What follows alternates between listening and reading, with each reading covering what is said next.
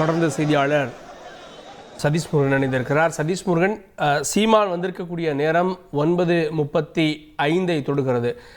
50க்கும் மேற்பட்ட கேள்விகள் அப்படின்னு தெரிகிறது. இந்த கேள்விகள்லாம் எவ்வளோ நேரத்தில் கேட்டு முடிக்கப்படும்? எவ்வளோ நேரம் அவர் காவல் நிலையத்தில் இருப்பார்? விவரங்கள்.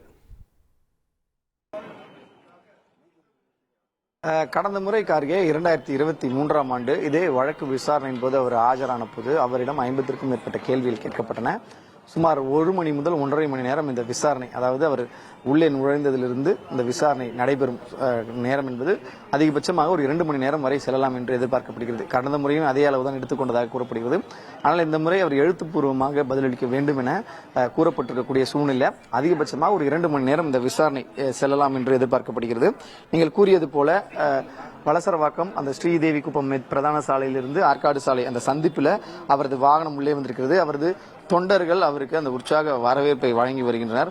அதிலிருந்து இந்த காவல் நிலையத்திற்கு வருவதற்கு சுமார் ஒரு 500 மீட்டர் முதல் 700 மீட்டர் இருக்கும். சாதாரணமாக வந்திருந்தால் அது இன்னும் ஒரு 2-3 நிமிடத்தில் வந்திருக்கலாம். ஆனால் அந்த தொண்டர்கள் மத்தியில் அந்த வாகனம் அணிவகுத்து வரக்கூடிய சூழ்நிலை அது காலதாமதம் ஏற்படுவதாக கூறப்படுகிறது. நம்ம ஏற்கனவே தெரிவித்தது போல 2 வாகனங்கள் அவருக்கு வெளியே வருவதற்கு அனுமதி கேட்டு கோரியிருந்தனர். அந்த 2 வாகனங்களே அந்த காவல் நிலையம் அருகே வரை அவரது வாகனம் மட்டும் அனுமதிக்கப்படும். பிறகு அங்கிருந்து அவர் நடந்து சென்று இந்த காவல் நிலையத்தில் அந்த விசாரணை ப்ரொசீடிங்ஸ்ல கலந்துக்குவார் என்று தெரிவிக்கிறது.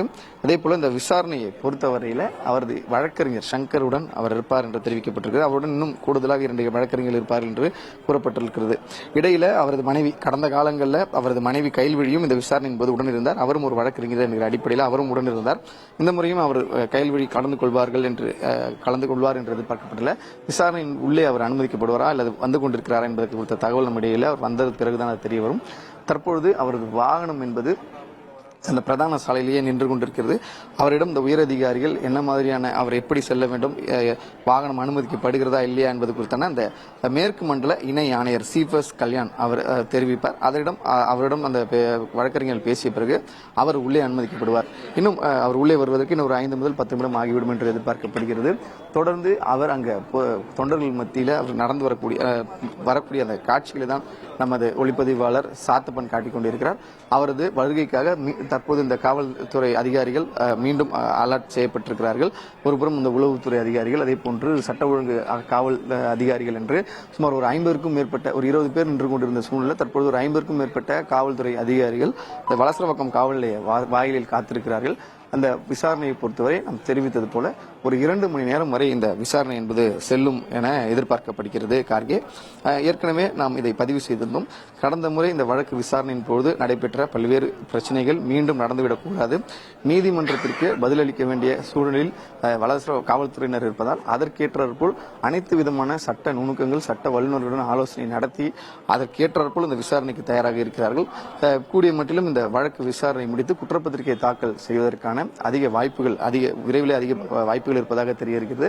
அதே போல முன்னதாகவே இந்த கைது நடவடிக்கை இருக்குமா என்கிற கோணத்திலும் பல்வேறு தகவல்கள் வெளியான காரணம் இந்த காவல்துறையினுடைய பலத்த போலீஸ் பாதுகாப்பு அவ்வாறு போடப்பட்டிருந்தது. ஆனால் கடந்த 2023ஆம் ஆண்டு பல்வேறு ஒரு 100கணக்கான தொண்டர்கள் இந்த பகுதியில் நின்று கொண்டிருந்தக்கூடிய சூழ்நிலை, அதனால் சட்ட ஒழுங்கு பிரச்சனை ஏற்பட்டு விடக்கூடாது என்பதால் இந்த காவல்துறை குவிக்கப்பட்டிருப்பதாகவும் கைது நடவடிக்கை என்பது மிகவும் தீவிரமான சூழலில் மட்டுமே ஏற்படுவதற்கான வாய்ப்பு இருப்பதாகவும் தெரிவிக்கப்படுகிறது.